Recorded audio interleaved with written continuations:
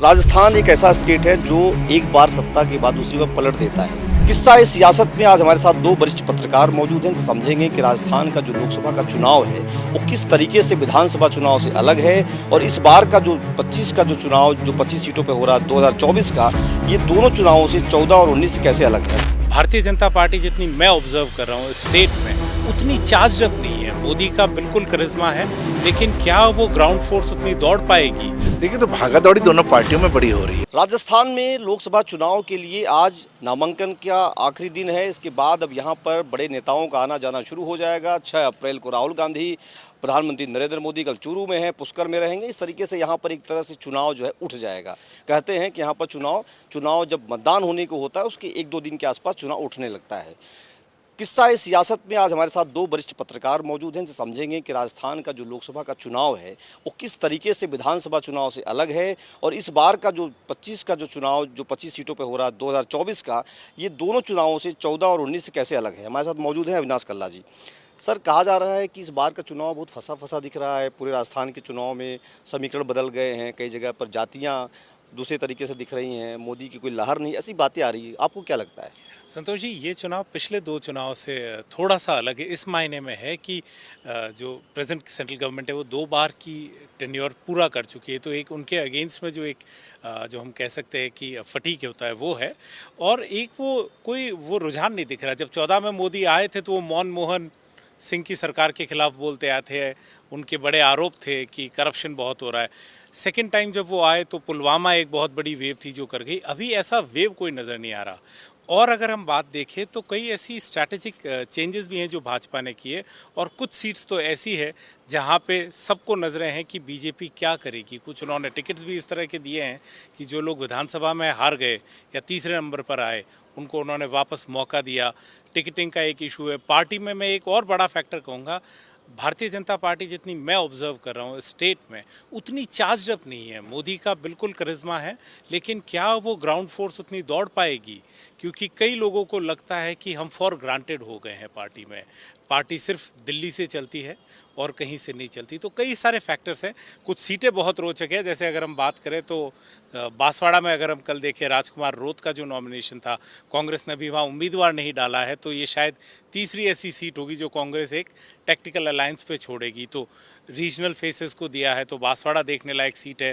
राहुल कसवा की जो सीट है चूरू, उस पर मुकाबला रोचक है। हनुमान बेनीवाल की नागौर पे मुकाबला रोचक है। बाड़मेर में जहां आज रविंद्र सिंह भाटी अपना नामांकन भर रहे हैं, वहां पे भी मामला ट्रायंगुलर है। 4 सीटें तो बड़ी ये, और फिर कहा जा रहा है कि सीकर, झुंझुनू, करौली, धौलपुर, दौसा, ये वो मजबूत सीटें हैं जहां कुछ भी उठापटक हो सकती है। और आप देखिए, अभी तक छोटे से छोटे नेता को भारतीय जनता पार्टी अपने फोल्ड में लेने की कोशिश कर रही है, दिखाने की कि लोग हमारे पास आ रहे हैं। आप देखिए, आज पन्नू आए, गंगानगर में सीट फंसी हुई है, इसलिए अभी तक लगे हुए हैं। रविंद्र सिंह भाटी को मनाने की कोशिश हुई थी, मुख्यमंत्री उनसे 2 बार मिले, बात नहीं बनी, तो उनके जो करीबी थे, उनके दोस्त थे, जिनको कहा जाता है कि उनके बड़े सपोर्टर थे, उनको पार्टी में ज्वाइन कराने के लिए मुख्यमंत्री और प्रदेश अध्यक्ष खुद जा रहे हैं। जो कि वो आदमी एक सर्टिफाइड, ना तो उसने कोई चुनाव लड़ा, ना उसका कोई मास बेस है। 15-20 दिन की रील्स से ज़्यादा मुझे उसका कोई पॉलिटिकल एक्यूमेंट नहीं दिखा। उतने छोटे व्यक्ति के लिए भी अगर आपने रैंक एंड फाइल लगा दी तो दिखाता है भाजपा कहीं ना कहीं सचेत है। और इसके इतर कांग्रेस ने लगता है चुनाव पूरा आउटसोर्स कर दिया है, क्योंकि जिन जिन सीटों पे अगर हमने बात करी वहाँ पे कांग्रेस का मूलभूत प्रत्याशी नहीं लड़ रहा। बाड़मेर की अगर हम बात करें तो इम्पोर्टेड है, आरएलपी से आए हुए उम्मीदवार वो लड़ रहे हैं, तो वहाँ के स्थानीय समीकरण। नागौर की बात करें तो यहाँ उन्होंने आरएलपी दे दी। सीकर में भी उन्होंने सीट सीपीआई के लिए छोड़ दी, जो डोटासरा की खुद की सीट है। और बांसवाड़ा की भी हम बात करें तो कांग्रेस जो है वो बैक एंड सपोर्ट में ही रह रही है कि हमारा एक बेस है, उस पर जो जितना खेल जाए खेल ले। तो कांग्रेस एज अ पार्टी नहीं दिख रही। जितना हो हल्ला मच रहा है वो इंडिपेंडेंट या छोटे वहाँ के दूसरे दलों से आए हुए लोग हैं। जी बिल्कुल। राजस्थान एक ऐसा स्टेट है जो एक बार सत्ता के बाद दूसरी बार पलट देता है, लेकिन 2 बार से लगातार 25 पर एकदम नॉट आउट कर रहा है मामला। जो जैसे भाजपा में अविनाश जी कह रहे हैं कि जो कांग्रेस में जो मजबूत प्रत्याशी दिख रहे हैं वो ज़्यादातर बाहर से आए हुए हैं, यहाँ अलायंस वाले हैं।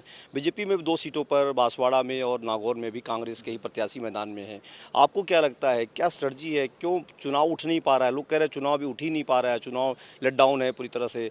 जिन सीटों पर निर्दलीय हैं या जो दूसरे दलों से आए हुए हैं उनका चुनाव ज़्यादा पिकअप पकड़ रहा है, ज़्यादा हो हल्ला हो रहा है सोशल मीडिया पर, क्या लगता है आपको?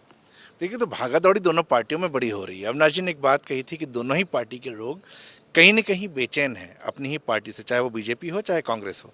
दोनों ही जगह पर दोनों पार्टियों के नेताओं को ये लगता है कि उनको कहीं न कहीं इग्नोर किया गया है।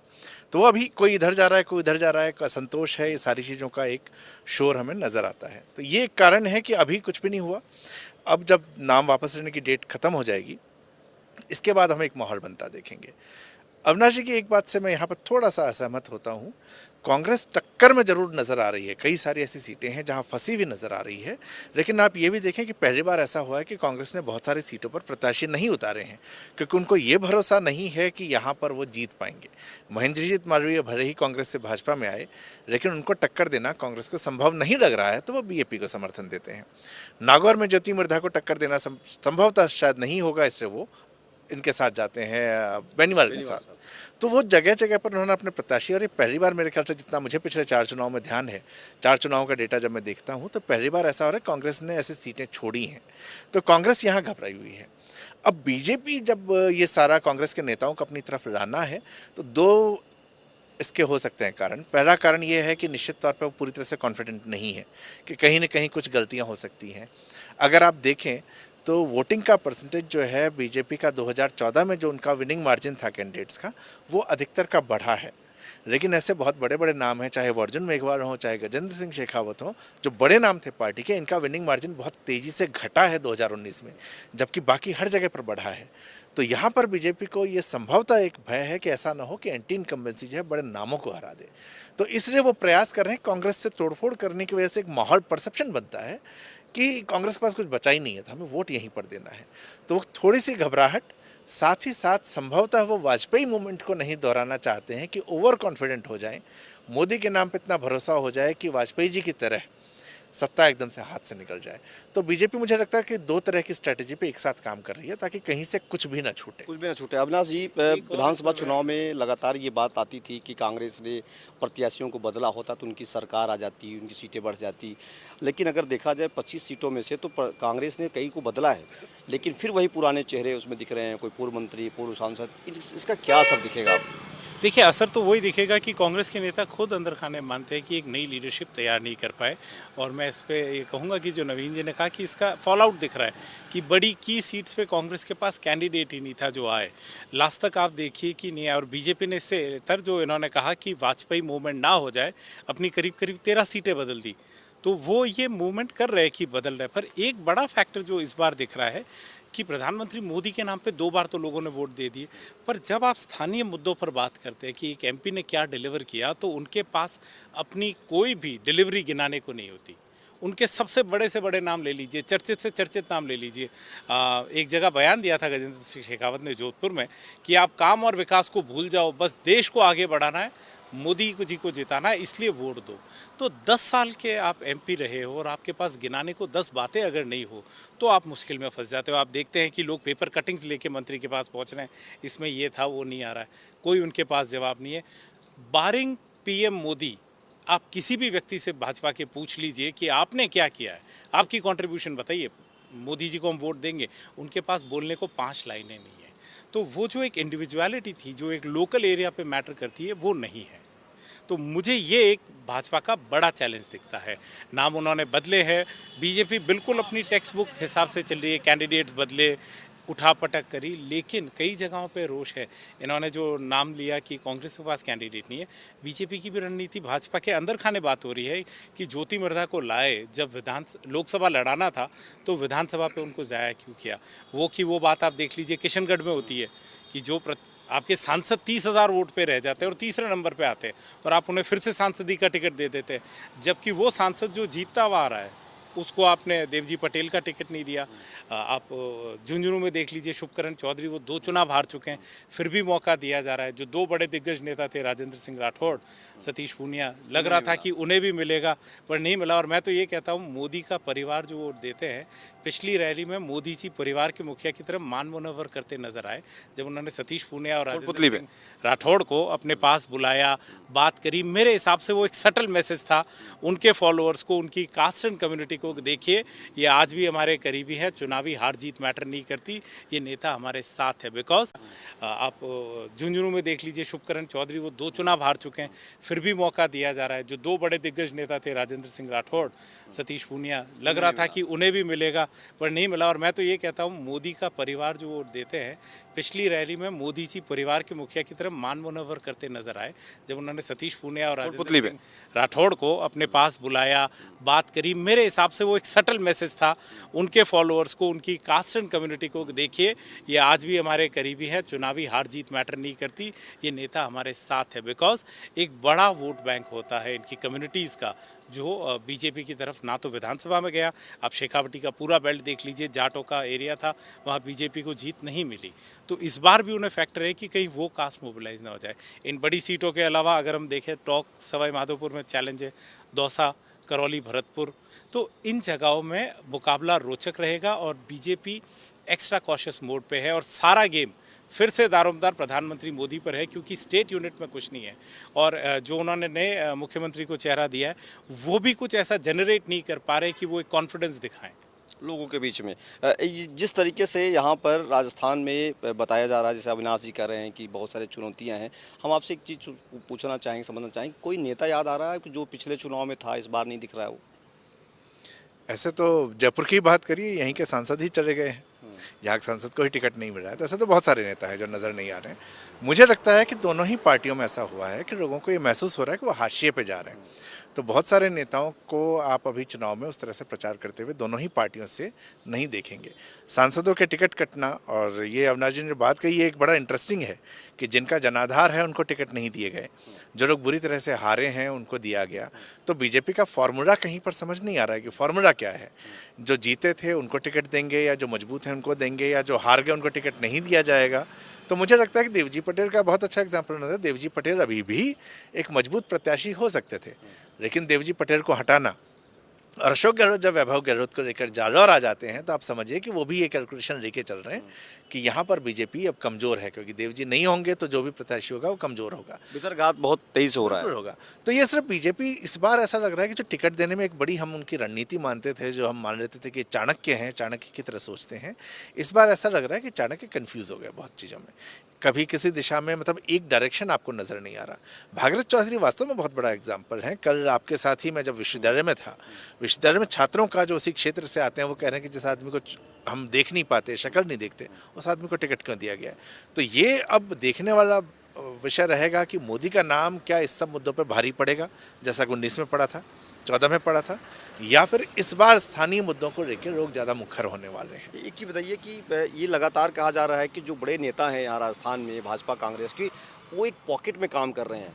वसुंधरा राजे झालावाड़, बारां में काम कर रही हैं, पायलट अपने अपने इलाके में कर रहे हैं, अशोक गहलोत केवल जालोर और सिरोही बाड़मेर में हैं, डोटासरा जी सीकर झुंझुनू चूरू की तरफ देखे जा रहे हैं। इसका क्या इम्पैक्ट मानते हैं आप?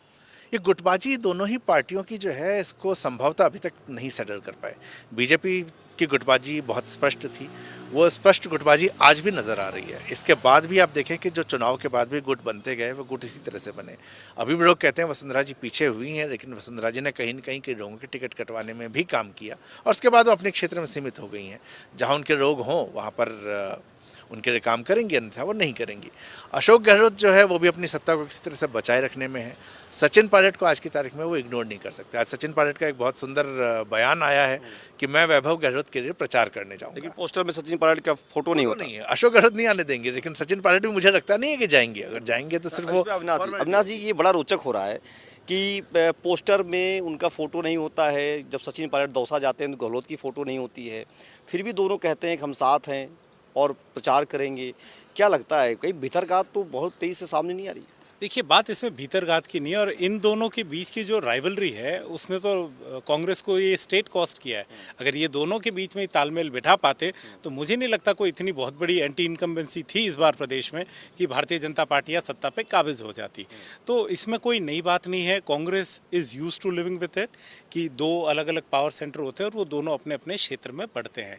और एक बात और, ये नवीन जी ने अभी कहा, सचिन पायलट ने पिछली बार भी कहा था जब वैभव गहलोत की चुनावी सभा थी तो वो वहाँ गए थे और उन्होंने कहा मैं इस टिकट को लड़के लेके आया हूँ, आप वैभव को जिताइए। तो मुझे नहीं लगता कि वो वहाँ नहीं जाएंगे, मुझे लगता है वो वहाँ ज़रूर जाएंगे, आप उन्हें वहाँ देखेंगे और वो ये एक मैसेज देने की कोशिश करेंगे सटल। लेकिन ज़मीन पे जब बात होती लोग कहते हैं ये तो जानबूझ के एक रणनीति है, पायलट इनको हराना चाहते थे इसलिए टिकट दिलाया। गहलोत भी कई बार कह चुके हैं कुछ सियासत की मुझे बातों नहीं लगता कि कोई जोधपुर में टिकट दिलवाए वैभव गहलोत को और हरवाने के लिए दिलाए। कई लोग जोधपुर में ये बात कर रहे हैं कि वैभव को आपने जालोर से शिफ्ट किया, वो जगह जहां आपकी 50 साल की विरासत है, कि आप एक हार में इतने कॉन्फिडेंट नहीं है कि उन्हें आपको शिफ्ट करना पड़ा। तो देखिए ये दोनों दिग्गज नेताओं की राइवलरी है, चलती रहेगी। वैभव गहलोत अभी इतने, उनको अभी कोई एक बड़ी इलेक्टोरल विन लेके आनी है जिससे वो खुद को इस्टेब्लिश कर सके, वो अभी इल्यूसिव है और अभी के हालात देखते नहीं लगता कि वो इस बार वो कन्वर्ट हो पाएगी। कोई बड़ा नेता याद आ रहा है जो 2014-19 में रहा हो, 24 में नहीं दिख रहा है? Vasundhara Raje out of scene है। बिल्कुल आउट ऑफ सीन है, झालावाड़ में कर दिया और मुझे लगता है कहीं ना कहीं भारतीय जनता पार्टी वो कमी भी खलती दिख रही है। आप देखिए छोटे छोटे नेताओं को फ़ोन करने पड़ रहे हैं, मुख्यमंत्री लेवल के नेता, जो मैंने आपको कहा कि एक छोटे से कार्यकर्ता को लाना पड़ रहा है या रिबेलियन हो गया। आप देखिए लगता है पहली बार राजस्थान है, मतलब आप लोग सारी हेडलाइंस देखते हैं कि कांग्रेस छोड़ के भाजपा में बहुत गए, पर भाजपा छोड़ के कांग्रेस में आने वालों की गिनती में राजस्थान अग्रणी है और वो लोगों ने अपना दम दिखाया है। तो अगर वसुंधरा राजे होती तो ये चीज़ें मुझे लगता है वो इजीली कंटेन कर पाती, इतना मूवमेंट और ऑप्टिक्स नहीं होता। आई थिंक एक फ़ोन कॉल हो जाती, क्योंकि आपने एक लीडरशिप तो डिसलॉन्च कर दी, पर जो आप नए लेके आए वो बिल्कुल इस तरह से काबिज नहीं है कि वो अपने दफ्तर में अपनी बात मनवा सके। प्रदेश तो बहुत दूर की बात है। एक सूत्र में पिरोया नहीं जा सकता, बीजेपी को इसमें मुश्किल हो रहा है, इसलिए बार बार मोदी अमित शाह को आना पड़ रहा है। उनके अलावा उनके पास कोई ऑप्शन नहीं है, क्योंकि देखिए बीजेपी भी अब जिस तरह से चल रही है वो लगता है इंदिरा गांधी मॉडल पे है। वो बोलते नहीं है पर वो चल उसी रहे हैं। एक ज़माने में नारा होता था Indira is India, India is Indira. अब उसी तरह से नारा तो नहीं दे रहे लोग, रविशंकर प्रसाद इसको बार बार प्रेस कॉन्फ्रेंस में बोलते हैं, पर prime minister Modi is BJP and BJP is PM Modi. इसके आगे वो जो पार्टी विद डिफरेंस होती थी कि काडर है, हर कोई व्यक्ति है, वो कुछ नहीं रह गया है। एक आदमी की विल चलती है, किसी को ये तक पता नहीं होता कि अंदर जा कौन रहा है। लास्ट मोमेंट तक आपके दिग्गजों को, आपके मुख्यमंत्रियों को ये अंदाज़ा नहीं होता कि आने वाला क्या है, तो फिर आप इसको क्या कहेंगे, कहाँ का डिफरेंस है। जब कैलाश चौधरी आपके मंत्री रह चुके हैं, उनके लिए एक पूर्व मंत्री और अभी जो स्टेट में मिनिस्टर राज्यवर्धन सिंह राठौड़ है, वो कह रहे हैं मुझे इसमें कैलाश नहीं काशी नज़र आता है। आपके वोट से राम मंदिर बना, तो आप डेवलपमेंट और सारे मुद्दे गौण करके सिर्फ प्रधानमंत्री, सिर्फ ध्रुवीकरण और इसी पे हिंदुत्व एक बड़ा कार्ड माना जा उसके रहा है, अलावा कोई कार्ड नहीं है सर। तो उसका असर पड़ेगा या? देखते हैं। देखिए राम एक वो आस्था है जो हमेशा लोगों के बीच में रही है। इसका एक और चीज़ है जो कई बार दिखती नहीं है, पर लोग ये कहते हैं कि क्या इस पूरे पॉम्प एंड शो में आप भगवान से भी बड़े हो गए।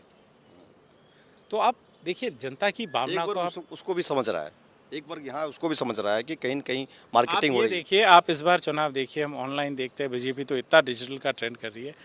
पहले ऐसा होता था इन दो चुनाव में अगर कोई कुछ लिख भी दे तो एक बराज ऑफ सपोर्टर्स या ट्रोल्स या बॉट्स उन पे आ जाते थे।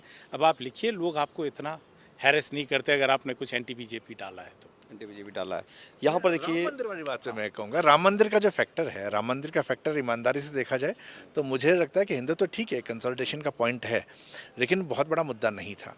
इस बार ये मुद्दा इसलिए बनेगा, इसमें बीजेपी का रोल होना, जनता ये समझने लगी कि पॉलिटिक्स है। मजाक भी होता था कि रामलला हम आएंगे, तारीख नहीं बताएंगे आपको, ध्यान से पहले ये जोक चला करता था, विपक्ष करता था, तो ये बीजेपी समर्थक भी करते थे मजाक में।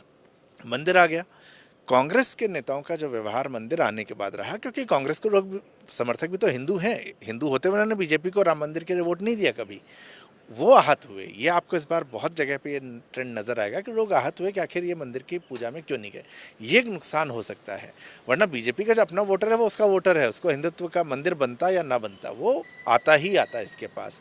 ये एक बड़ा फैक्टर मुझे लगता है कि उसको हिंदुत्व कार्ड को अगर हम माने तो हिंदुत्व कार्ड कांग्रेस को नुकसान ज़्यादा पहुँचाएगा। उसका वोटर कुछ परसेंट में, चाहे 2% ही शिफ्ट हो, पर वो शिफ्ट हो सकता है। आदित्य योगीनाथ अभी नहीं दिखाई दे रहे हैं विधानसभा चुनाव में, उन्होंने खूब रैलियां की, कहा जाता है कि उनका स्ट्राइक रेट बहुत कम रहा यहाँ। आपको लगता है कि उन्हें यहाँ पर बीजेपी ले आएगी मजबूती से चुनाव प्रचार के लिए? समय बहुत कम बचा है। नहीं, इसमें मुझे लग रहा है कि योगी आदित्यनाथ खुद भी नहीं चाहते हैं, उसका एक बहुत बड़ा कारण है और संभवतः पार्टी को ऐसा करना भी नहीं चाहिए। उत्तर प्रदेश जो है वो, अगर राजस्थान में जैसे अभी तक हम दोनों लोग बात कर रहे हैं यहाँ पर, ये संभावना तो लग रही 25 की 25 बार शायद नहीं आएंगी। तो जो सीटें घटेंगी उसको कहाँ से आप रिकवर करेंगे? साउथ में मैक्सिमम 1 से 2 सीटें तमिलनाडु में अगर आ गई तो आई, अदरवाइज साउथ में कर्नाटका को छोड़ के बहुत ज़्यादा उम्मीदें हैं नहीं। तो उत्तर प्रदेश में जो नुकसान हुआ था उस उत्तर प्रदेश के नुकसान को कवर करने का प्रयास इस बार है।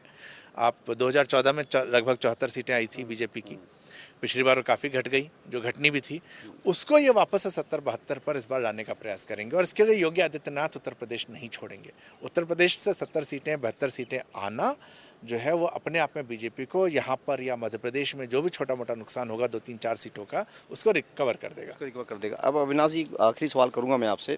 भारतीय जनता पार्टी के जो नेता हैं वो लगातार, जैसे आप बता रहे हैं कि छोटे नेताओं को पकड़ रहे हैं, ला रहे हैं, पकड़ रहे हैं, एक धरपकड़ की स्थिति में बनी हुई है।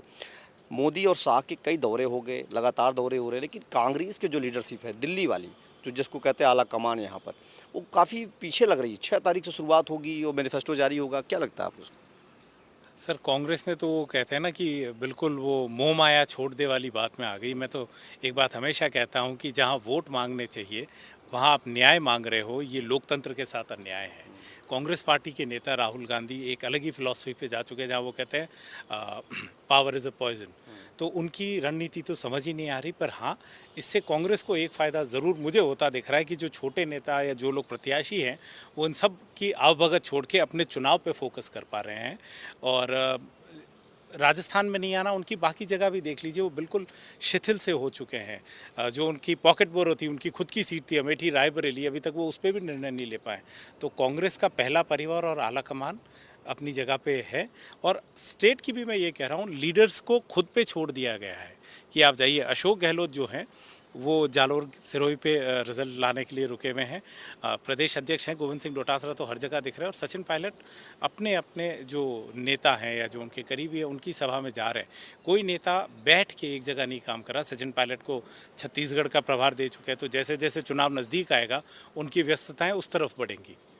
तो कांग्रेस की फर्स्ट फैमिली आए या बड़े नेता हैं, उससे मुझे नहीं लग रहा ग्राउंड पे कुछ हो रहा।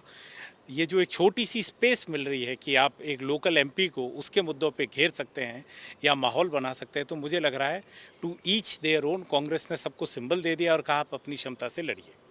अपनी क्षमता से लड़िए। आपको क्या दिख रहा है, क्षमता दिख रही है यहाँ पर कांग्रेस भाजपा में, या वही चल रहा है कि विधानसभा वाला ही माहौल, कुछ लोग कह रहे हैं विधानसभा वाला ही माहौल दिख रहा है अभी तक? ये इंटरेस्टिंग है कि बीजेपी जो है वो मोदी की क्षमता के भरोसे बैठी है और कांग्रेस इस वजह खुश है कि राहुल गांधी नहीं आ रहे।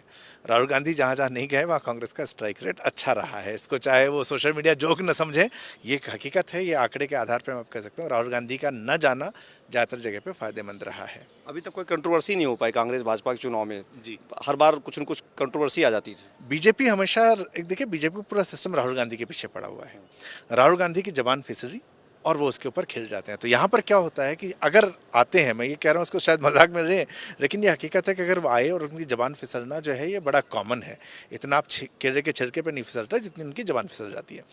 तो उनका आना और उसके बाद पूरे कैंपेन की दिशा बदल जाना, ये होना बहुत संभव है। ये नहीं हो रहा है, इससे कांग्रेस के कैंडिडेट्स को एक मौका मिल रहा है। और चूंकि अब विपक्ष मजबूती से एक साथ है, जहाँ पर गठबंधन बहुत सारे हो चुके हैं, तो ये कांग्रेस कैंडिडेट्स को मुझे लगता है कि एक मजबूत अपॉर्चुनिटी अच्छी मिल रही है, जहाँ पर कि पूरा फोकस अपने कैंपेन पे करें, डीरेल ना हो और वो स्थानीय मुद्दों के ऊपर जितना ज़्यादा खेल सकते हैं। क्योंकि बीजेपी का कोई भी सांसद, चाहे 15 टिकट चेंज हो गए हों, कोई भी सांसद इस मुद्दे पर बात नहीं कर पाएगा कि मैंने कितना काम कराया है। हकीकत यह है कि काम नहीं हुआ है।